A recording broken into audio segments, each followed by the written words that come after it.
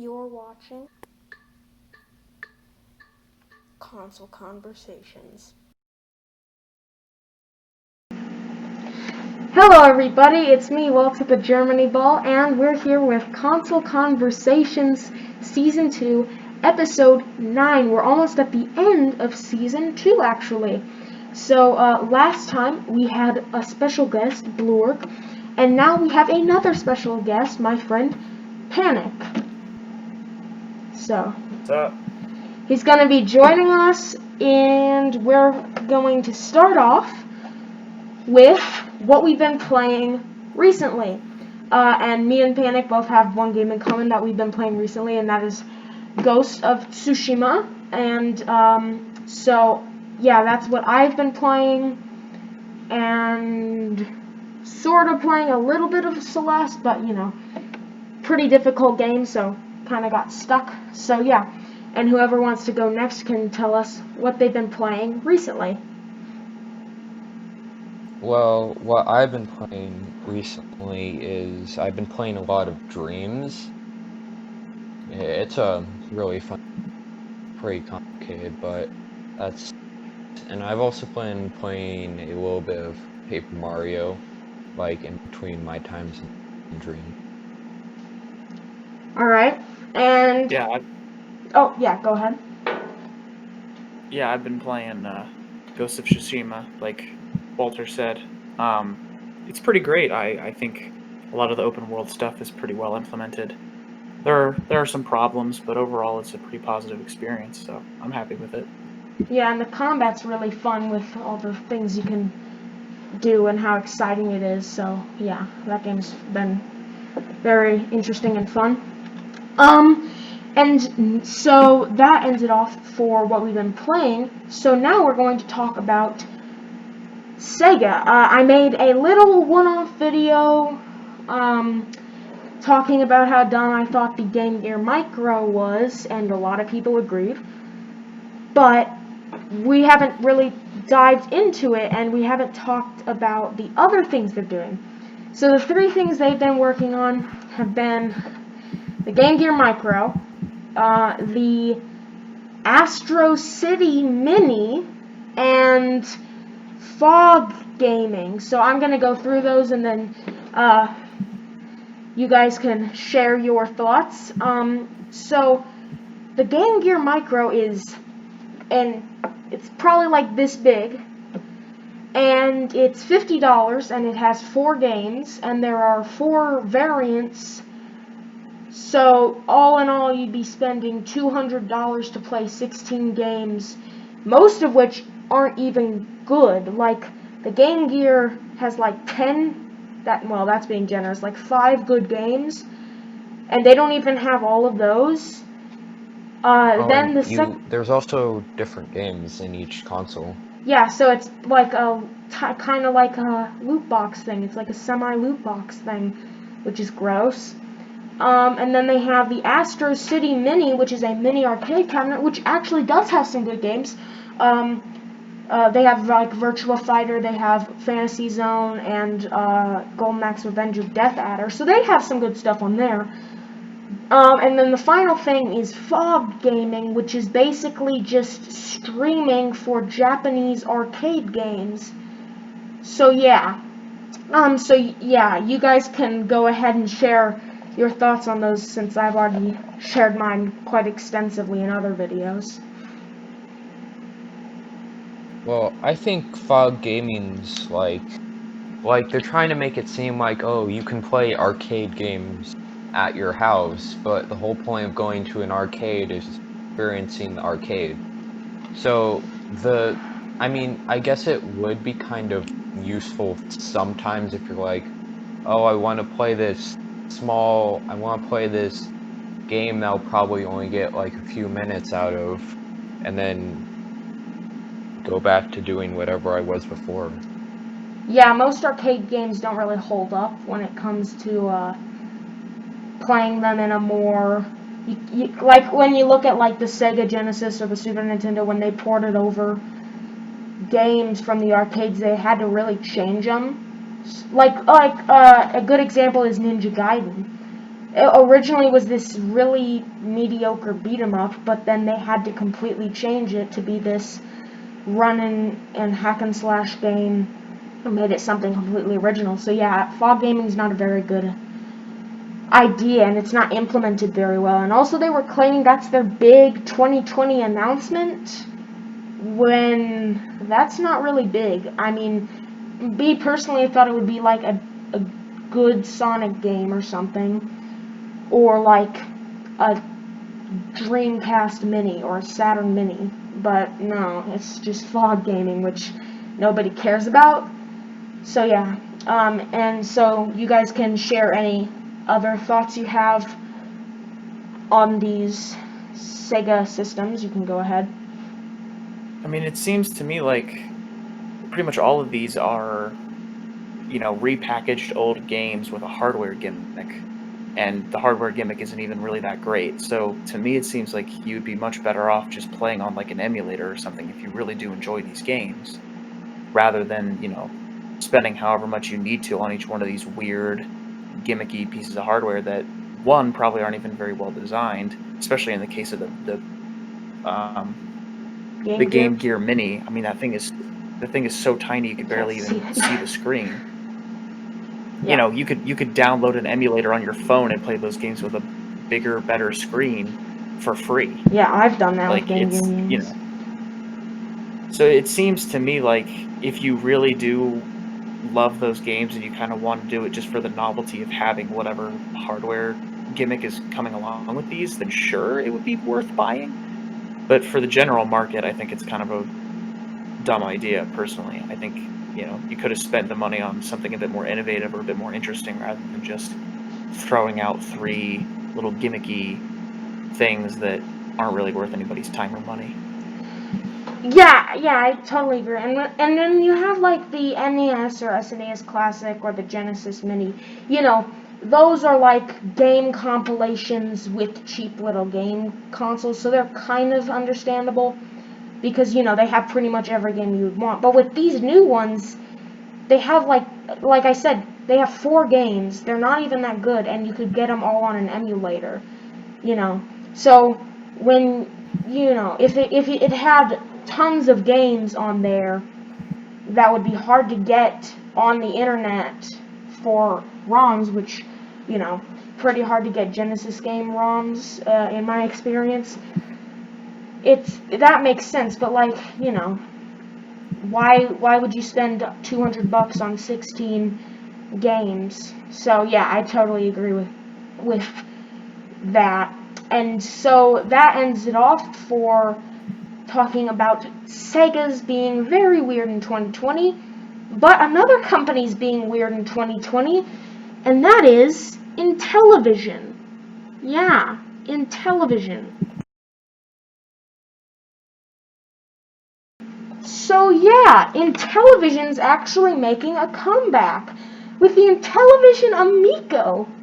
Alright, well, so I talked about the, Atari VCS, and wow, people, they didn't like that. But with the Intellevision Amico, it's actually kind of weird. Like, I don't know what to think about this, to be quite honest. It's similar to the Atari, but I don't know much. We don't know nearly as much about it. I don't think we've seen any games for it. Where, with the Atari VCS, we've seen games that have been faked, at least. But, we've seen like nothing of this. We've just seen this guy talking about it, and I don't understand why they are pushing this console when we haven't seen much from it. I just think it's really, really crazy and weird, and like the controllers are like the originals, but instead of a number pad they have a screen on them because the Wii U did that so well that they should take notes from the Wii U. Everybody should take notes from the Wii U, I mean, obviously. But like it's really like an enigma. I don't understand this console because they're trying to compete, but with like the PS5 and the Series X, but they haven't shown anything. Like Atari showed more than them. So I'm really perplexed by this. I don't know what you guys think, but I find this to be crazy, and it just doesn't make any sense to me. Well, I'm looking at the Intellevision Amico app, website right now, and it's weird because the thing looks like one of those like those Apple Music things from like the 2000s. Like an It iPod? looks like those. Yeah, Yeah, the like an controllers do iPod, look like those,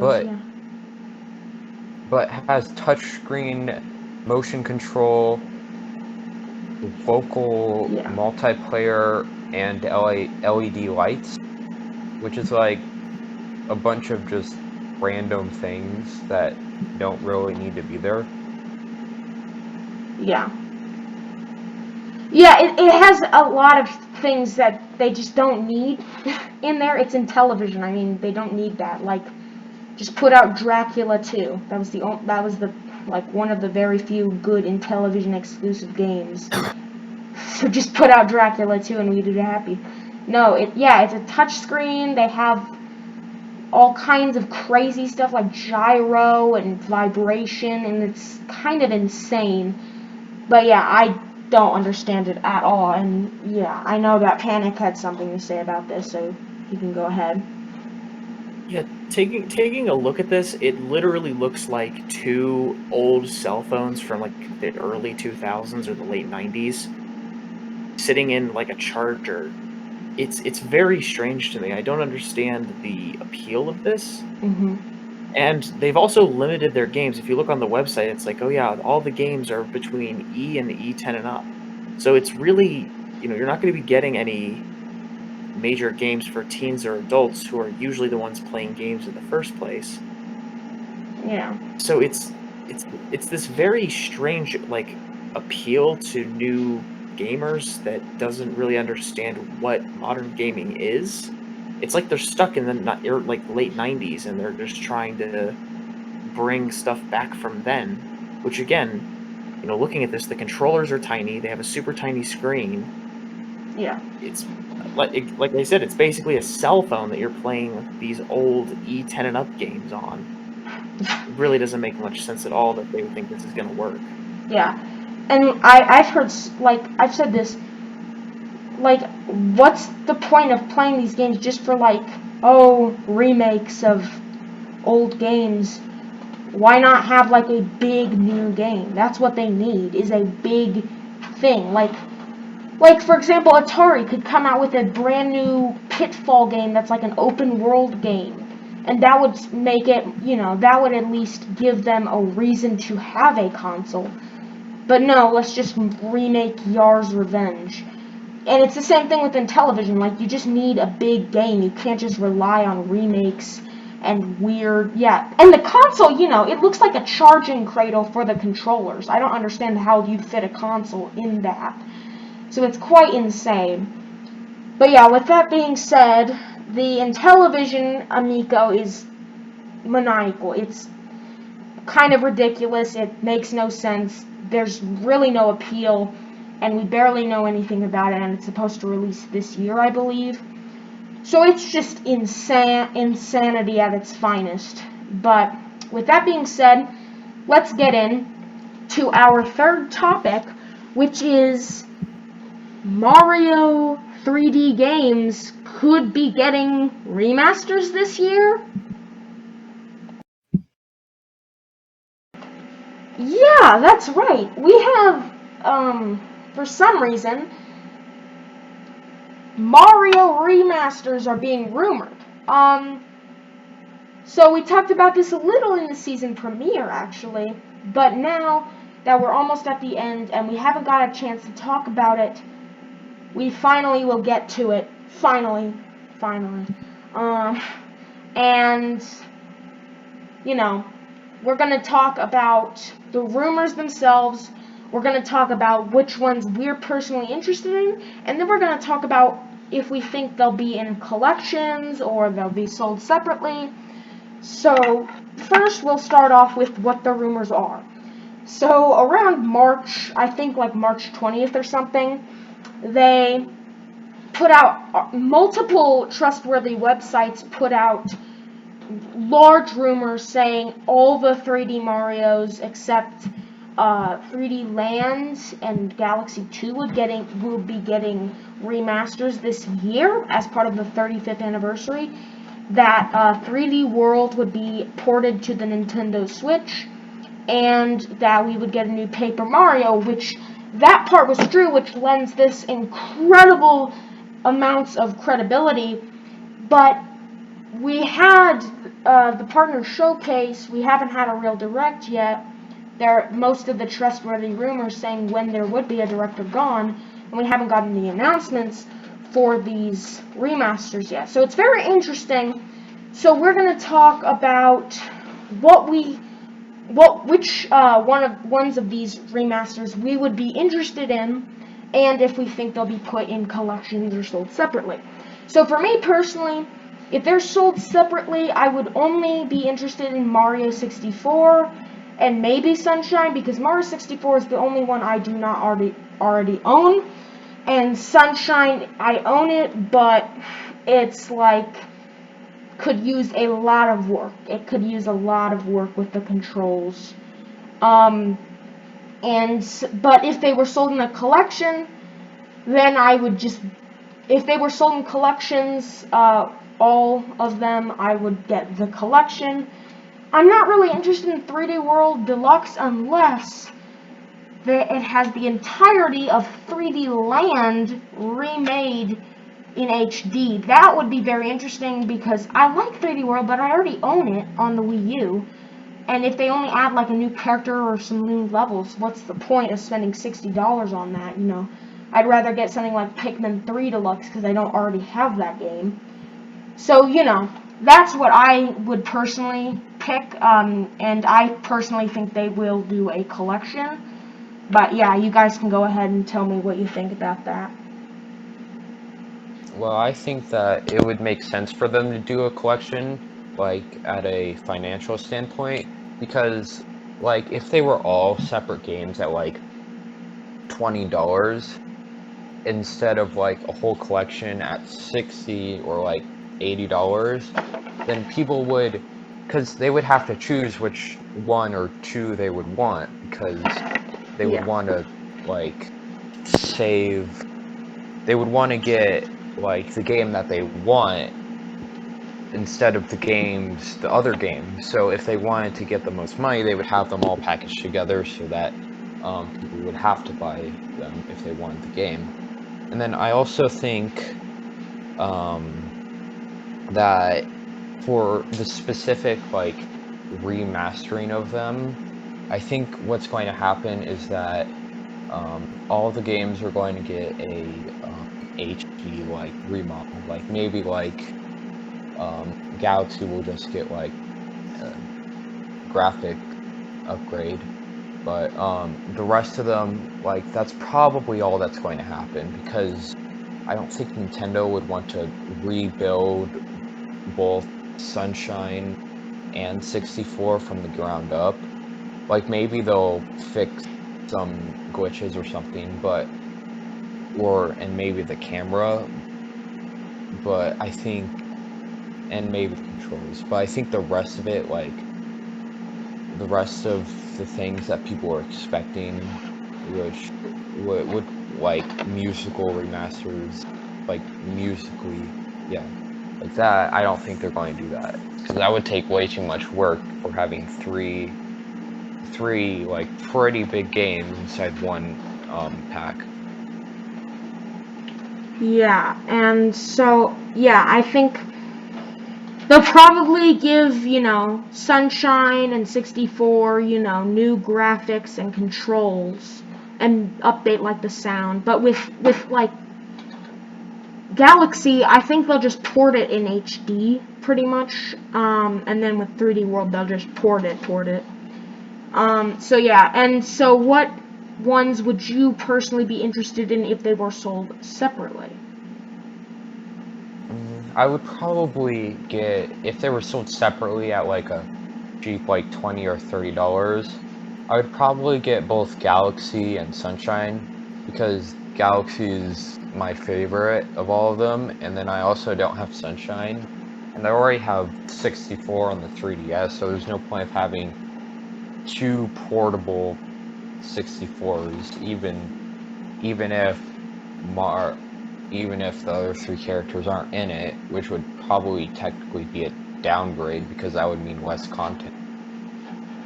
Yeah. But anyway, those are probably the ones I would get.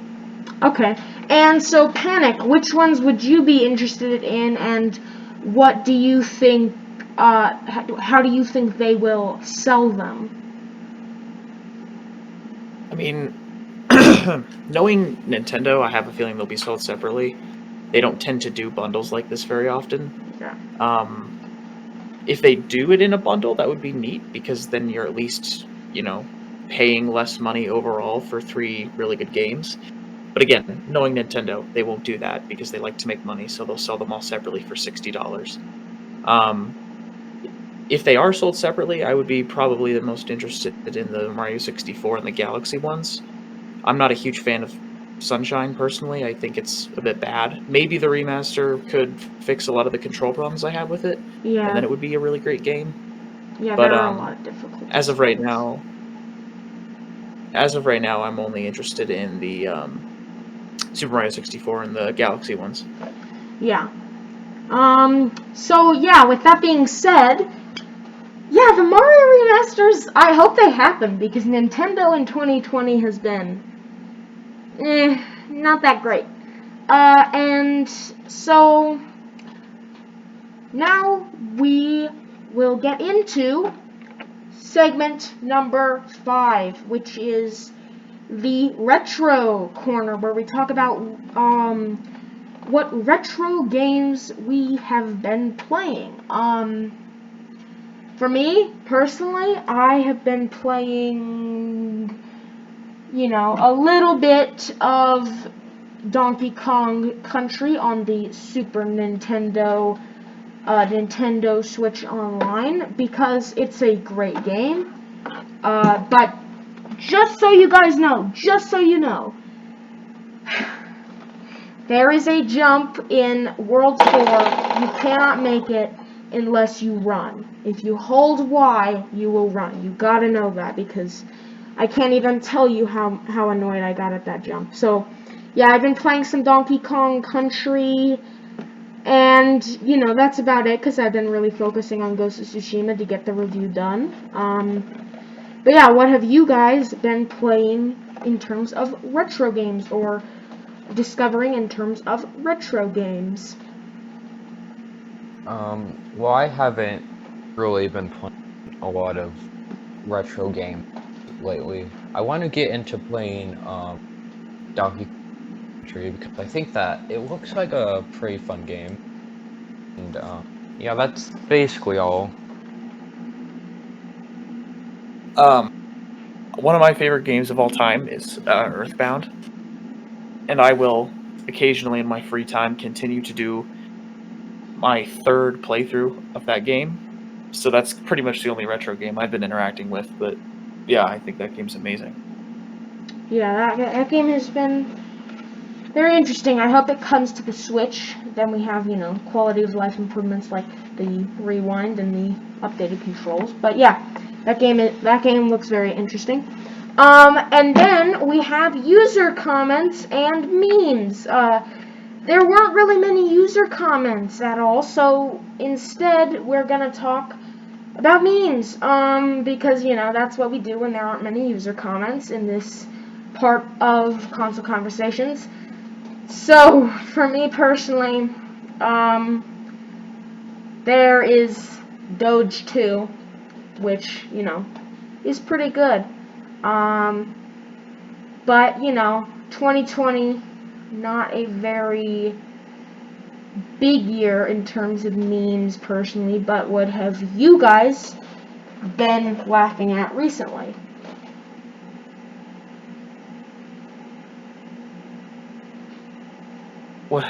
I watch a channel on YouTube called Super Mega, and they're really hilarious. They do a lot of like sketch comedy videos, and then they also do like vlogs where they kind of do bits in between the little vlog sections, which I think is hilarious. Yeah, I subscribe to Super Mega. Yeah, you like them a lot. You like that channel a lot, I know. So, Hyden, do you have any memes or comedic jokes you have been discovering and laughing at recently that you would like to talk about? No, really. All right. Well, with that being said, we're gonna get into the final part of Console Conversation Season 2, Episode 9, the quickfire round. So this is where we share literally anything that comes to our mind at the moment. And so I have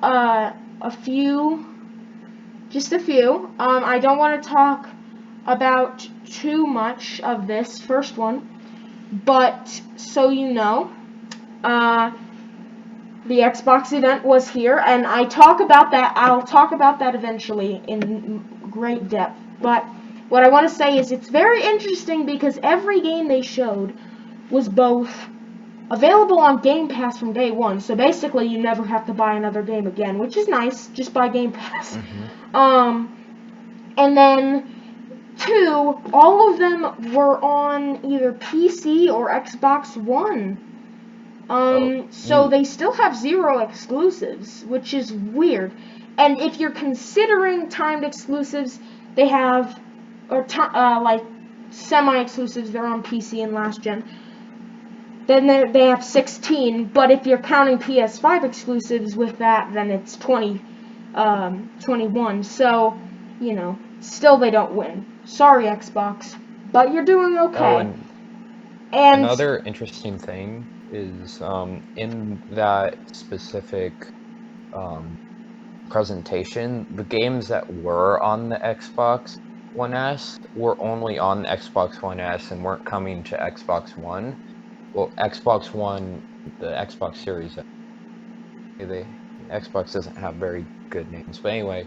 And they broke a promise which they made a week earlier, saying that you wouldn't have to buy the next gen in at least 2 years because the exclusives that would be coming to the Xbox Series X would also be on the Xbox One.